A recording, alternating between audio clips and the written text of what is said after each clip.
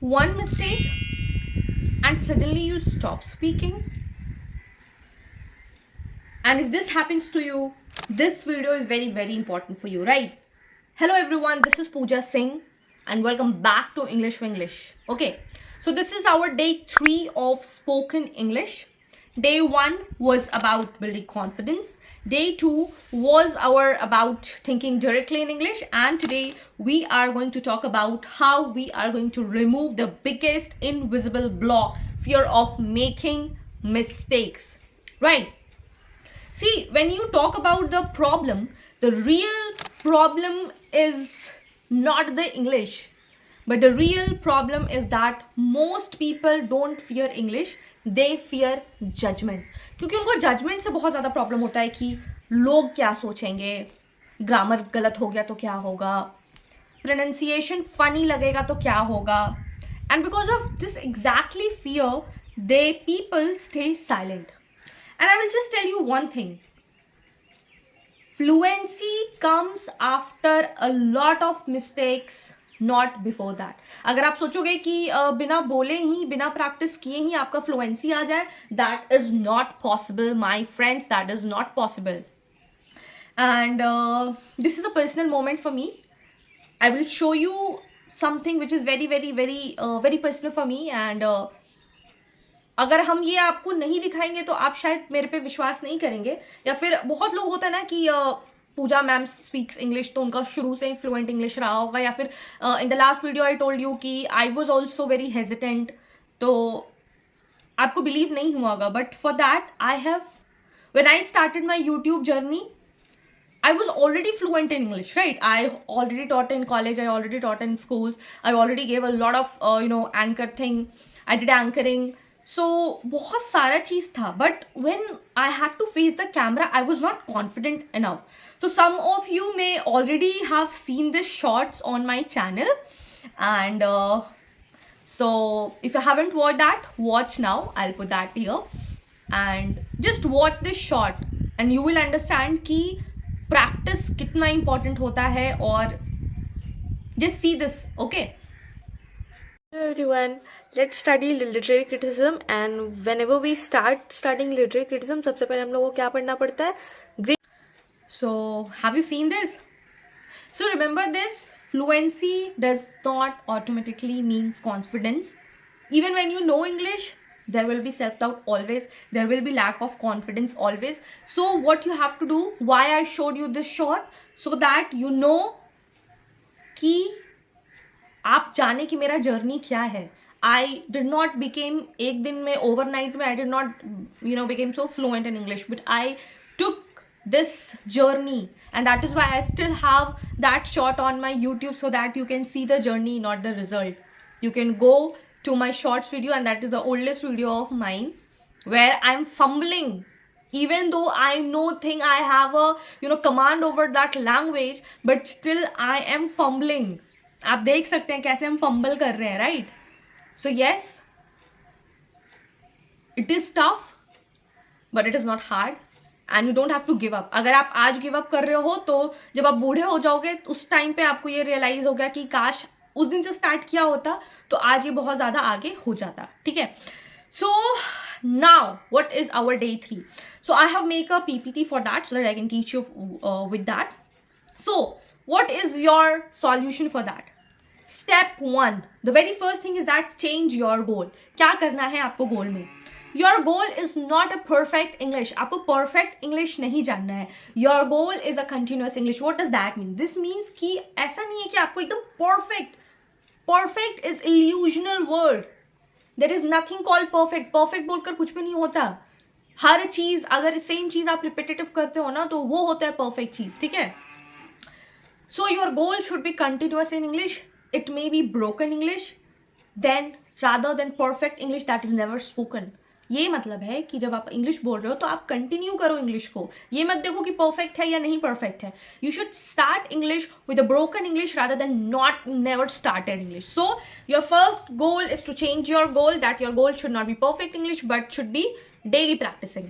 Second step, one sentence rule. What does that mean? Don't try to speak long paragraph. जब आप long paragraphs बोलते हो ना तो आपका confidence ऐसे ही lack हो जाता है. Like you start thinking कि मेरे को कहाँ comma लगाना है, मेरे को कहाँ pause करना है, मेरे को कहाँ the लगाना है, मेरे को कहाँ and लगाना है, कहाँ मेरे को consequently लगाना है. तो ये बहुत सारी चीज़ आपके दिमाग में परेशानी करता है. For example, हमें छोटा छोटा सेंटेंस, छोटा छोटा वर्ड्स बोलना है. Like I am learning English, today I feel nervous, I want to improve. I'm watching into camera. I want to improve. One sentence at a time removes pressure. I am talking to you. I'm teaching my students. I'm helping my students. So like that, one sentence at a time. Okay. Step number 3. Step number 3 is that save practice space. अब ये होता है कि आपको अपना practice करना पड़ेगा. ठीक है. So start speaking where nobody is judging you, जहाँ पे लोग आपको जज नहीं कर रहे हो. ठीक है. एग्जाम्पल क्या है, let's understand. So the example is mirror practicing. आपको मिरर प्रैक्टिसिंग करना है. Suppose I kept my mirror here. Okay, I kept my mirror here and I will start practicing. Hello, how are you? Are you good? Are you preparing English? Are you teaching English? What are you going to do today? Is it good? Okay. Are you confident enough? You will learn English or not? क्या इस room में कोई है जो आपको जज कर रहा है? No. Try to speak English. So, did you see how I started practicing in mirror? So, आपको ऐसे ही करना है. एक मिरर लेना है आपको और आपको प्रैक्टिस करना है. You have to start practicing. जब तक आप प्रैक्टिसिंग नहीं करोगे, आप मिरर में प्रैक्टिस नहीं करो. मिरर प्रैक्टिस को लोग बहुत हल्के में लेते हैं, but mirror practice is one of the most important practice that you have to do it. Look into your eyes. You are the one जिसको कॉन्फिडेंस लेना है. ठीक है.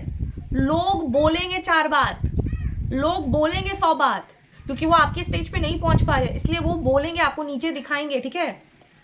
आपको आगे बढ़ना है, आपको अपने फियर को कॉन्कर करना है. ठीक है. Walking alone, when you are going to travel, walk alone. Try to talk in English. Cooking, while if the girls and if the women are there out there, जब आप खाना बना रहे हो उस वक्त कोई नहीं रहता किचन में आपके हेल्प करने के लिए. So you can do cooking and talking. Like I'm chopping onions, I'm chopping tomato, I'm cutting vegetables, I'm boiling the milk, I'm making tea or I'm preparing tea. Start with the broken English. ठीक है.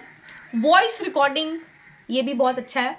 आप voice record करो, एक paragraph दिमाग में पढ़ो, दिमाग में याद करो, उसके बाद वॉइस रिकॉर्ड करके देखो कि क्या आपने उस पैराग्राफ को सही से बोला है या नहीं बोला है. So these are the few steps that is a safe practice steps. Moving to daily confidence line. आपको क्या बोलना है? Step 4 is that you have to repeat these lines. Please note it down. I don't need perfect English, I need confident English. मेरे को perfect English नहीं चाहिए, मेरे को confident English चाहिए. When you talk to people in front of people, people don't see the words, people see how confident are you. उसी पे लोग आपको जज करेंगे कि क्या वो खराब इंग्लिश भी अच्छे से बोला है या बस ऐसे ही उसको कॉन्फिडेंट. बहुत उसके बोलते हैं ना, एक मीम है ना जिसमें English in my brain, English in when I speak. तो इसी तरीका का होता है. तो जब आपको टाइम मिले, लोगों के बारे में मत सोचें, आप अपने बारे में सोचें. ठीक है. सो you know, if I just give you so many examples. बहुत बड़े बड़े लीडर्स हैं, बहुत बड़े, उनको many confident leaders, speakers today were hesitant one day. एक दिन वो hesitant रहते हैं, but with the practice they gain confidence. And confidence is not a gift. Confidence is repetition without fear. बहुत बार रिपीट करना पड़ता है, बहुत बार लोग हंसेंगे आप पे, बहुत बार जब आप कोशिश करेंगे ना, 4 लोग आपको गिराने के लिए आएंगे, बट आपको रुकना नहीं है, आपको चलते जाना है. ठीक है. Is repetition without fear. So what is the day 3 challenge और डे 2 चैलेंज में किसी ने पार्टिसिपेट नहीं किया and I am not liking it. आपको हम ये चैलेंज दिए थे कि डे 5 आपको थिंक करना है, लेकिन आपने कोई नहीं चैलेंज किया. But I will continue this series. My aim is to teach, और हमको अपना जितना 100% बेस्ट देना है, हम अपना 100% बेस्ट देंगे. क्योंकि क्या पता मेरे एक इस वीडियो से जिसको इंग्लिश बहुत हार्ड लगता है उसको थोड़ा सा ईजी हो जाए और उसका कुछ काम हो जाए. तो आई विल कंटिन्यू. आप लोग अपना काम करो ना करो, that God sees everything, right. So I will give my 100% best. अगर आपको अपना 100% बेस्ट देना है तो डे 3 का चैलेंज ये है कि today's challenge is very simple, speak 5 sentences very loud, okay, no correction, no stopping. जो भी 5 सेंटेंस आप लिख लो अपने कॉपी में, उसको बिल्कुल लाउड करना है, बिल्कुल पढ़ना है, और आप वो मेरे कमेंट सेक्शन में भी लिख दीजिए, so that I will read and I will understand कि okay you are writing these 5 sentences and you are reading it aloud, okay. So उसके बाद अगर जब आपने ये लिख दिया है तो आप कमेंट कीजिए no fear and day 3 done. So you know, if this video helped you to understand that confident gift नहीं होता, कॉन्फिडेंस प्रैक्टिस किया जाता है। सो and if you found this video helpful, do not forget to like, share with your friends those are preparing for spoken English and try to improve their English, and do subscribe if you are new to this channel. And yes, all the best, keep learning, keep shining. Bye bye, meet you in the day 4.